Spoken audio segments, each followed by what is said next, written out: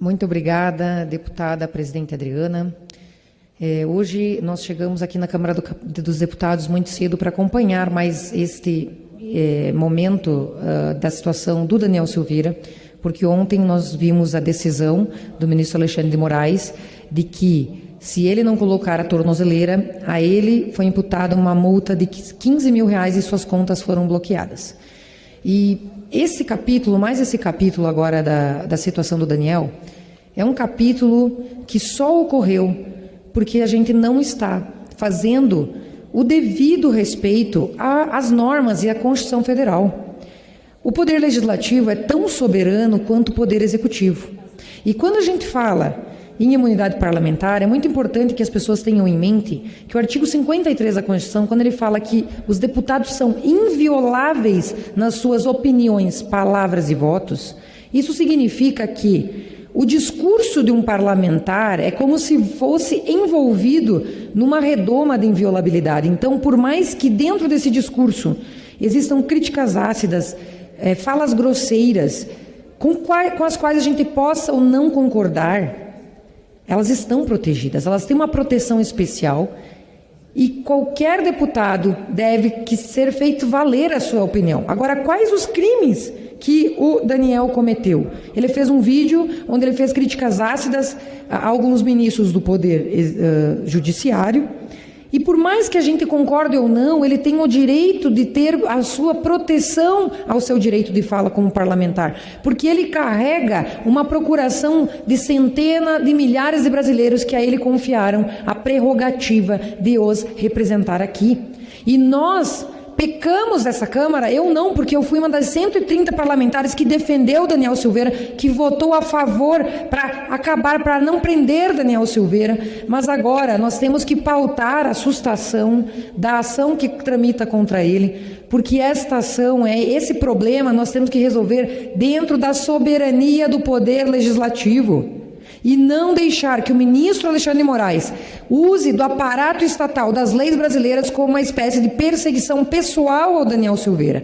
Então, quando a gente vem aqui, nessa tribuna, defender que seja pautado e que seja colocado na soberania do plenário essa decisão, a gente não está defendendo necessariamente o Daniel Silveira, a gente está defendendo o direito de todo cidadão brasileiro de liberdade de expressão, porque se fazem isso para um parlamentar que em tese tem inviolabilidade, o que não farão ao cidadão comum quando pronunciar e exercer a sua liberdade de expressão? Então é muito grave o que acontece no Brasil hoje, e nós não podemos nos acovardar, nós não podemos chancelar essas decisões inconstitucionais e ilegais provindas dessa ascensão autoritária do Supremo Tribunal Federal. E aí eu quero registrar que ontem o senador Lazier Martins, no Senado Federal, é um senador que representa o povo brasileiro e que falou lá no Senado que está na hora de pautar os pedidos de impeachment do Alexandre de Moraes, porque a Constituição Federal ela prevê que quem é o órgão para poder limitar excesso de poder de um dos poderes, e no caso do Supremo Tribunal Federal, ela atribui essa competência ao Senado. E os senadores estão sendo omissos enquanto a Constituição brasileira é rasgada. Então, cadê os senadores da República que não fazem cumprir a Constituição e não pautam esses pedidos diante dos excessos, diante de que se foi rasgado o devido processo legal, o sistema acusatório e todos os direitos individuais, o Estado de Direito, por todas essas atitudes nessa ascensão autoritária, especialmente do ministro Alexandre de Moraes? Está na hora do Poder Legislativo fazer valer a representação popular que o povo brasileiro fez. Com o devido respeito a todos os poderes da República, nós entendemos que os poderes eleitos são poderes que legitimamente representam a sociedade brasileira, e a sociedade brasileira clama por essa justiça, que seja pautado então aqui no plenário da Câmara a sustação do processo do Daniel Silveira e que nós resolvamos aqui a situação dele. Clamamos por justiça a todos aqueles que não estão podendo exercer seu direito à liberdade de expressão, em especial ao Daniel Silveira, que está vendo a sua imunidade parlamentar sendo rasgada e nada está sendo feito pelas casas legislativas. Então, liberdade para Daniel Silveira. Muito obrigada. Os que nos assistem, bom dia. Hoje, 31 de março de 2022, mais um dia para nós destacarmos esse maravilhoso período que a gente diz que o Brasil viveu há 58 anos atrás, quando fugimos da implantação de um regime comunista. Eu vou começar o meu pronunciamento pedindo que ele tenha eco nessa casa, mas eu vou começar o meu pronunciamento falando mais ou menos assim: a deposição do presidente João Goulart pelo movimento civil-militar de 64, a grande mídia brasileira divide-se em silenciar completamente esse ato, esse momento de 31 de março de 64. Noticiando, falam como se fosse um golpe de Estado e dizendo que vivemos anos de chumbo.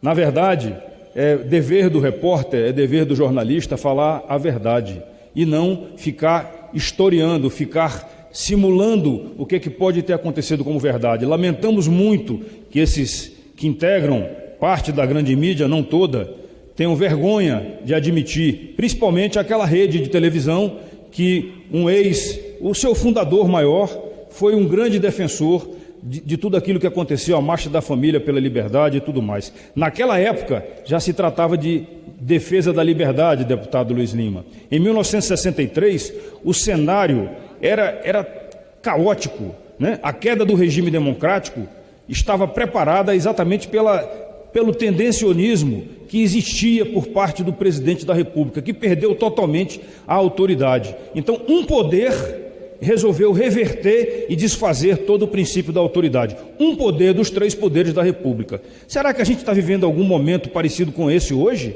Com um poder, no caso o judiciário, querendo também reverter e rasgar a Constituição? Deputado Carlos Jordi. Sabiam os inimigos da democracia naquela época que as Forças Armadas brasileiras, que eram legalistas, seriam um obstáculo à implantação de um regime comunista do Brasil. A decisão daquele presidente da República de violentar o regime democrático, explicitamente declarada em suas manifestações, no comício da Central do Brasil, no dia 13 de março, e na reunião que aconteceu no Automóvel Clube, a reunião dos sargentos do Automóvel Clube, no dia 30 de março, era claro. Isso daí não deixava margem à dúvida para ninguém. Lamentamos bastante. E isso daí levou o quê? Levou a sociedade aí às ruas. Então, nós precisamos relembrar a história para verificar o que a gente está vivendo aqui hoje. Eu estou trazendo agora 31 de março para hoje, 31 de março de 2022, quando nós teremos um ato aqui praticamente absurdo, com um dos artigos da Constituição sendo rasgado na obrigatoriedade de uma decisão monocrática de um ministro que está ultrapassando totalmente as 4 linhas da Constituição brasileira, determinando que um deputado federal, no caso o deputado Daniel Silveira, seja obrigado a ficar calado e seja obrigado a ser monitorado e não possa participar de eventos públicos. O que é mais grave ainda, ele está impedindo um deputado eleito pelo povo com votos. O deputado foi votado, o ministro não foi votado. Essa casa, sim, precisa fazer a sua parte. Essa casa precisa cumprir o seu papel de defender um deputado, um integrante da casa, porque se assim não o fizer, a democracia estará sendo ferida mortalmente. Lamentamos bastante isso daí. Se há 58 anos a nação esteve próxima de ser lançada numa aventura socialista, corrupta, decadente e totalitária, hoje a gente também tem que lutar contra isso, porque é totalitarismo que a gente está vivenciando. A liberdade e a democracia são valores insubstituíveis. A liberdade é isso daí que tem feito parte dos discursos do nosso presidente, por onde ele anda. E eu queria aqui fazer um parênteses. Ontem estive acompanhando o presidente lá no Rio Grande do Norte, em Parnamirim, e depois no Piauí, lá no oeste do Piauí, visitando lá uma região produtiva, uma fazenda. As pessoas que foram para aquele evento andaram de carro 3 horas, era a cidade mais próxima, para chegar no local e aclamarem o presidente da República, agradecendo a ele pelo que ele tem feito em relação àquilo que você falou, deputado Luiz Lima. Segurança de infraestrutura. A infraestrutura lá é muito carente. Por quê? Mas um governo que tem lá também não podia ser diferente, né? O governo que fica só falando e não faz. E no nosso Rio Grande do Norte, nós tivemos a grata satisfação também de ouvir as pessoas aclamando o presidente lá em Parnamirim, com a inauguração de uma estação de metrô, do trem de superfície. E bacana, as pessoas dizendo qual é o Brasil que elas não querem mais. O Brasil governado pelo Partido dos Trabalhadores. Tá certo? Infelizmente, lá no Rio Grande do Norte nós temos uma governadora que desgoverna o Brasil e que mais atrapalha do que trabalha. Eu gostaria de terminar as minhas palavras. Senhora presidente, eu nunca faço isso, mas hoje eu preciso fazer, porque eu quero ler aqui um artigo de uma publicação feita, fazendo as palavras do ex-ministro Marco Aurélio de Mello. O que estamos vivendo, ele diz assim: o objetivo da decisão de colocar uma tornozeleira no parlamentar ainda lhe é desconhecido, e que a decisão sobre o ato de constrição cabe aos demais parlamentares. Esse ato de constrição, repito, porque é um ato de constrição, limita a liberdade de ir e vir, a meu ver, fica submetido ao colegiado, com a palavra aos pares do deputado federal Daniel Silveira, que ele se pronuncie de acordo com o figurino legal.